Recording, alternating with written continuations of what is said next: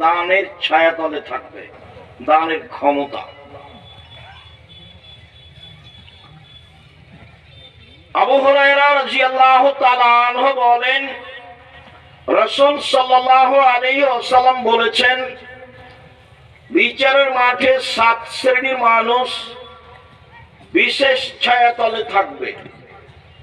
যেদিন কোন ছায়া থাকবে না, সূর্য থাকবে মানুষের মাথার উপরে 1 মাইল উপরে, পরিস্থিতি হবে খুব জটিল। মানুষ ঘামের মধ্যে থাকবে, কারো শরীরের ঘাম হবে নাক পর্যন্ত, কারো কোমর পর্যন্ত, কারো হাঁটু পর্যন্ত, টাকনু পর্যন্ত, কেউ সাঁতার দিবে। এইরকম ঘামের মধ্যে বিচারের মাঠে মানুষ থাকবে। তখন 7 শ্রেণীর মানুষ বিশেষ ছায়াতলে থাকবে। তার 1 শ্রেণীর মানুষ যারা গোপনে দান করে।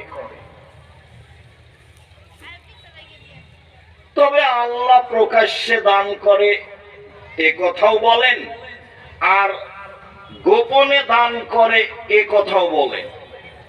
আবার আল্লাহর নবীও বলেছেন গোপনে আর প্রকাশ্যে দুটাই।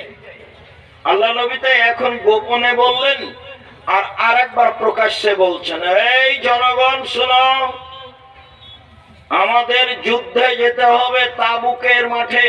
তাবুক প্রায় 600 কিলোমিটার পথ, পরিস্থিতি খুবই জটিল।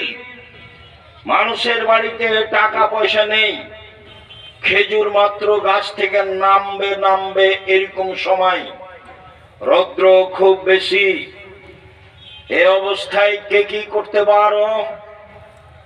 সমস্যাও কঠিন, টাকা পয়সা নেই, রৌদ্র বেশি, পথও বেশি।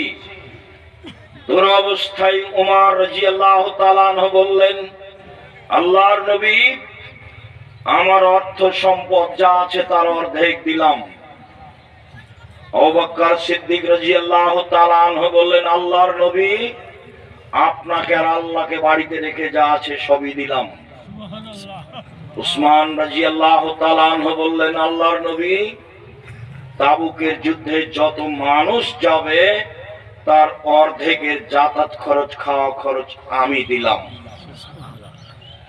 মানুষ সংখ্যা ছিল 30,000, মানে 15,000 মানুষকে 15,000 উট দিলেন এবং 15,000 মানুষের 3 মাসের খাওয়া খরচ